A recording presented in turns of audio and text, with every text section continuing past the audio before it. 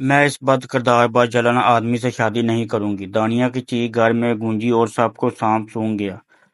آواز drawing room میں بھی صاف سنائی دی اور وہاں بیٹھے سبھی لوگوں کا چہرہ اتر گیا، خاص کر واسق کا۔ ماں نے اس کا منہ پکڑا۔ چپ؟ میں کیوں چپ ہوں؟ ہاں، میں نے کوئی گناہ تھوڑی کیا ہے۔ ارے منحوس، خاموش ہو جا۔ کیوں باپ کی عزت کا جنازہ نکال رہی ہے؟ اب کی بار باپ دبی آواز میں دوڑا۔ کون سی عزت؟ ہاں، کون سی عزت ہے تم لوگوں کی جس کے لیے میں سولی چڑھوں؟ اپنی جھوٹی عزت اپنے پاس رکھو اور منع کرو ان لوگوں کو۔ ان کی ہمت بھی کیسے ہوئی کہ ایک بد چلن لڑکے کا رشتہ میرے لیے لے آئے؟ لڑکے کون سے بد چلن ہوتے ہیں جو مسلسل اسے بد چلن بولے جا رہی ہے؟ کیوں بد چلن نہیں؟ وہ سارے خاندان میں، پوری یونیورسٹی میں قصے مشہور تھے اس کے۔ اس ناپاک لڑکے سے کیوں کروں میں شادی؟ مجھے کوئی سیکنڈ ہینڈ لڑکا نہیں چاہیے، جب میں خود سیکنڈ ہینڈ نہیں ہوں۔ تڑاخ! باپ کا زوردار تھپڑ اس کا گال لال کر گیا۔ آوارہ، شرم کر، باپ کے سامنے کیا کیا بولتی ہے؟ پھر کون آئے گا تیرے لیے؟ اتنی ہی بات بہت ہے جو اتنے امیر لوگ ہمیں عزت دے رہے ہیں۔ تو زیادہ چوڑی ہوئے جا رہی ہے۔ کچھ نہیں، اس نے اپنا گال سہلایا۔ اچھی بات ہے کہ اب تکلیف نہیں ہوتی تھی۔ شاید بچپن سے لے کر آج تک اتنے تھپڑ کھائے تھے کہ اب گالوں نے تکلیف محسوس کرنی ہی چھوڑ دی تھی۔ وہ بستر پر بیٹھ گئی۔ باپ کا بس نہیں چل رہا تھا کہ اس کو کاٹ کر پھینک دے۔ ساری اولاد فرما بردار تھی۔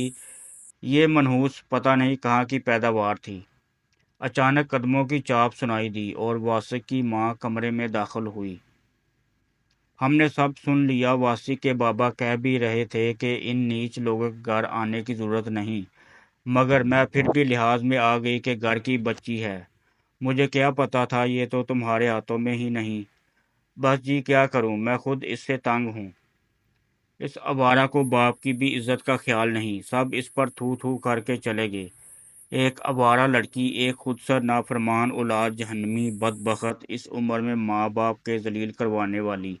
جانے کتنے ہی ساعتیں ایسے ہی گزر گئی۔ وہ یاد کرنے کی کوشش کرنے لگی کہ کبھی اس کے ماں باپ نے اس کی سائڈ لی ہو، اسے سمجھا ہو، کبھی دوسروں کے مذاق اڑانے پر اس کے بجائے انہیں ڈانٹا ہو، کبھی اس کو یقین دلایا ہو کہ ہم ہیں، ہم تمہارے ماں باپ ہیں، دوسروں یا ایرے غیروں کے نہیں۔ بہت یاد کرنے کی کوشش کی، مگر جس چیز کا وجود ہی نہ ہو وہ یاد کہاں سے آئے؟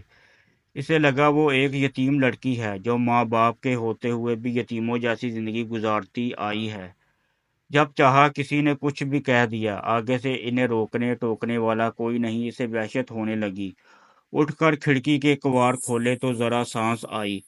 آسمان پر چاند روشنی بکھیر رہا تھا۔ اسے دیکھ کر اسے ذرا ڈھارس ہوئی۔ چلو کوئی تو ہے جس سے میں ابھی اپنے غم بانٹ سکتی ہوں۔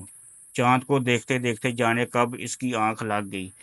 خواب میں اس نے دیکھا کہ ایک گھنا جنگل ہے اور وہ اس بھاگی جا رہی ہے۔ اچانک سے جانے کیسے جنگل میں آگ لگ گئی۔ سب خاصتر ہونے لگا۔ وہ جان بچانے کے لیے ادھر ادھر بھاگنے لگی۔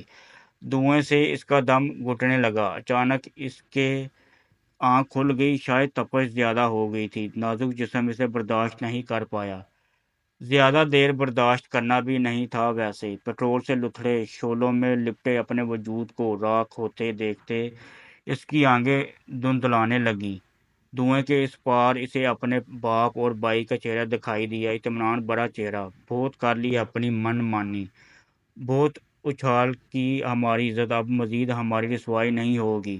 اس کی آنکھیں کھلی رہ گئی۔ اس میں باپ اور بھائی کا چہرہ نقش ہو گیا، کسی ناگن کی طرح۔